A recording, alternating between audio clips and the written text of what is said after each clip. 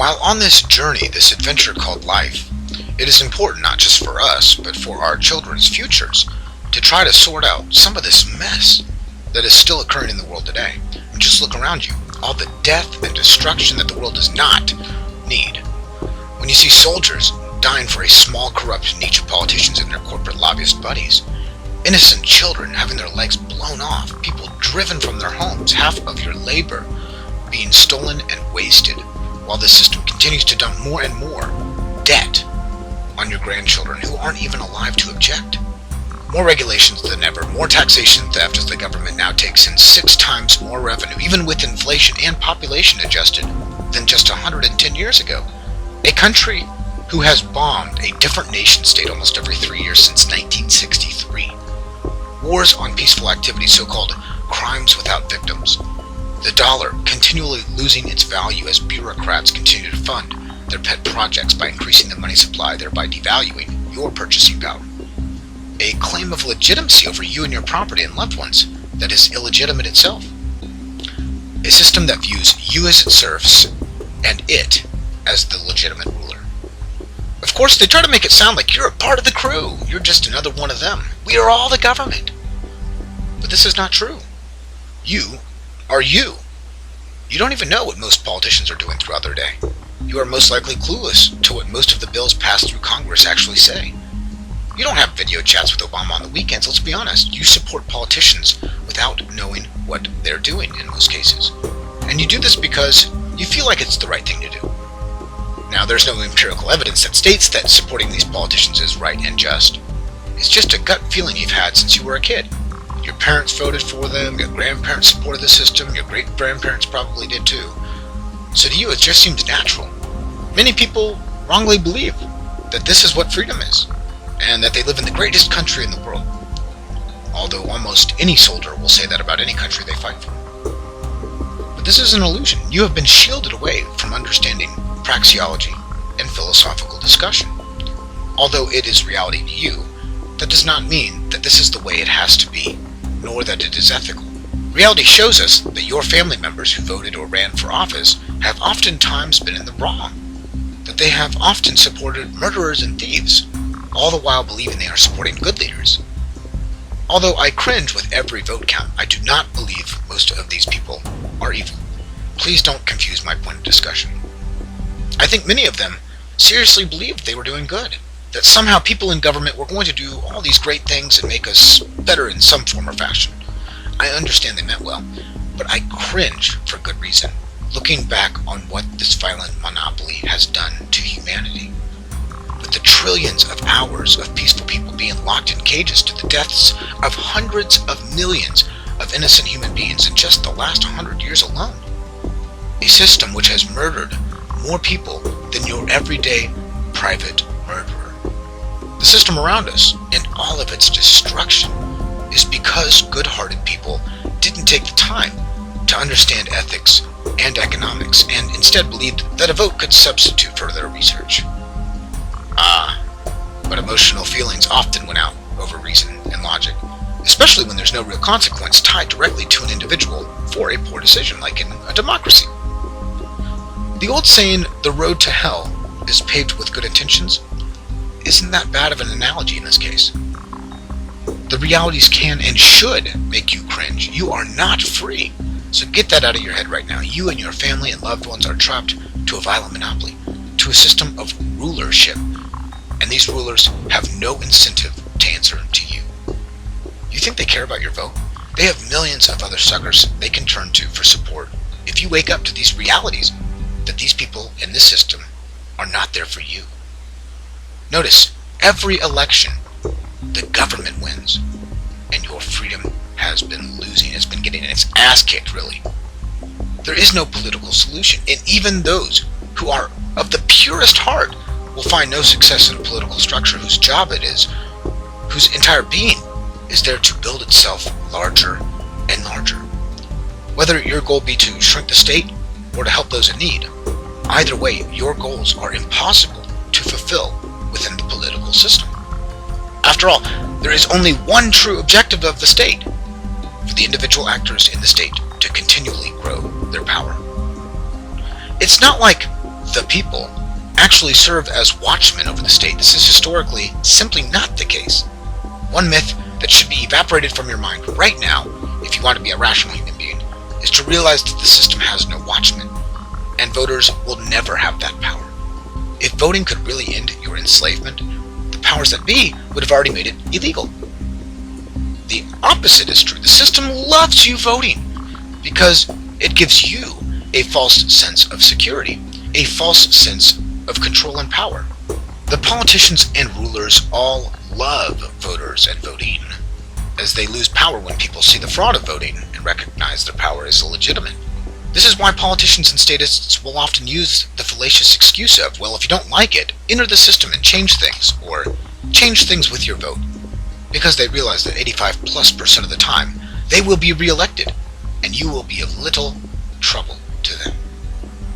Your mind will still rest in their arena, and they will still enslave you and utilize your human capital for their ends, not yours. In fact, the very act of you asking for a government to do things to other people is what creates and enables a rulership-based system in the first place. If everyone stopped voting tomorrow, their legitimacy in the public eye would cease to exist. No one would take these jokers and crooks serious if everyone realized them as jokers and crooks. At least people flock to celebrities because of some skill set, such as singing or dancing or catching a freaking ball. Politicians only have the skill of tricking you so that they can gain more power, and continuing to trick you to remain in power. Those seeking political office will say anything you want to hear.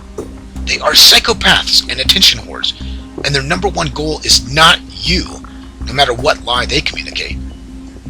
But you don't have the right to ask governments to do anything for you. This is because everything government has, it once had to threaten away from someone else. You only have the right not to be infringed on, the right to peace and property, nothing more and nothing less. And that's actually the recipe to peace, let alone the answer to solving the problems associated with the existence of states and governments.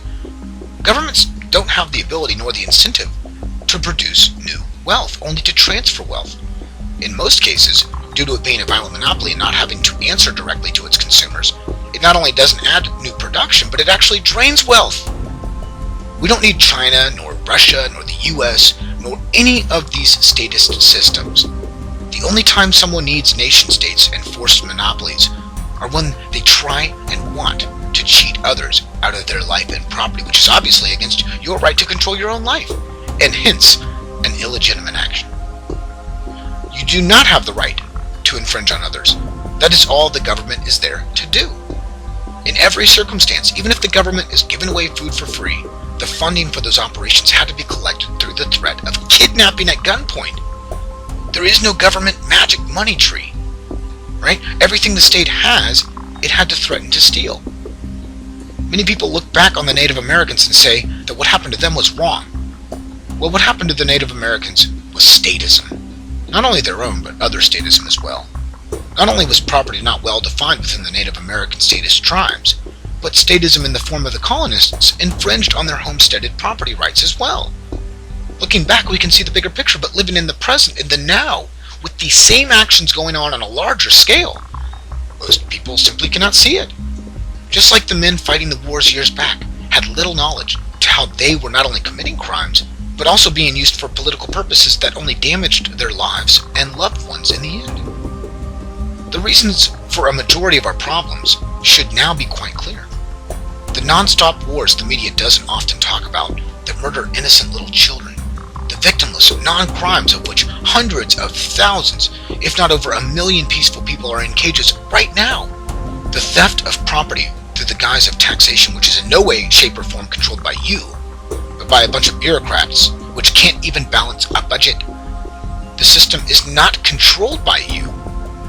It is only enabled by you. These individuals in government have no allegiance to you. They are running up their lobster dinners on your grandkids' maxed out credit card, and they are in control of the spending limit. They have an incentive to plunder and drain as much wealth as possible for their ideals and pet projects. And here's the worst part. All of this theft, all of these assaults on individual freedom, and all of the innocent lives lost through the state's murder All because people are afraid of not having a fire station? Because people are afraid of not having a court system? Because people are afraid they might not have utilities? As if people aren't going to try to sell these things to you left and right once the state's monopoly is abolished. Fear, fear, fear. That is how the state survives. The state and all of its destruction, all of it enabled because people have been fear-mongered against their own self-empowerment. The success of the state in propaganda can be seen by how many people fear the word anarchy compared to how many people fear the word state. It's all a mental construct, an illusion that is masked with fear. Fear! This cage-based society around us is one of the last plantation traditions left, an indirect form of enslavement. The state would cease to exist without fear. Every time someone says we need the state for X, Y, and Z, they're really just fear-mongering. We will actually be just fine without the state. It's the state that trips up humanity, that slows us down, that creates moral hazards. The same institution that is becoming more and more well known for breaking your leg, handing you a crutch and saying, see, without government you couldn't walk. Just think of the families it has divided, the way it distorts natural law. The state has been a marginal loss, a cost, not a profit to our world. Fear. Fear is their only answer for everything. You don't want to do what they want? They will threaten you, just because a bulk of the population fears facing their own fears. This stops many people from protecting themselves from the paradigm shift that will be coming down the road. As more and more nations begin to go bankrupt, as they run out of quantitative easing, as they run out of other people's money to loot and spend, the problems being dumped on future generations are real and mounting. And if we don't try to create a more peaceful and free society, they will be the ones paying the price. And a hefty price it will be. But there is a solution, and it's quite simple. First we have to realize that everyone else is stuck in this solution, or at least a lot of people. Our neighbors, our co-workers, many of our family members, they haven't researched or seen the things you and I have researched or witnessed. From the Berlin Wall to North Korea death camps to murders released by WikiLeaks to the multiple lies told by politicians that the media never blasts for them to hear, so many don't know of it. They are all real, but they just don't understand or know of these things. They've been conditioned into the state being the natural position. Although it might seem difficult, it is important you prevail in your intellectual discussions. It is important to keep as many honest and heartwarming people around you as possible. They will come to see things from your honest and ethical perspective. It just takes time. It is also important to organize with respect for each other and property. I truly believe that building a free society where people can see our success and want to emulate us is one of the most efficient means towards solving this problem with the illusion of the state. One of the most powerful, although long-term strategies, is to raise our children with as much love and assistance and knowledge and free will as possible. Obviously, no one is saying let your kid walk into rush hour traffic, but the formative years of a small child mean everything to who they will eventually become. Raising them in a home that is peace-based and encourages growth is of the utmost importance. Last, at least on this list, is helping others see the illusion of the state for what it is.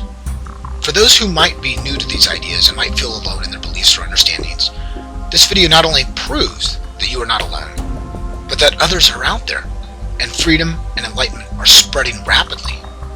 Help others not only break the illusion of the state, but find self-empowerment by sharing these videos.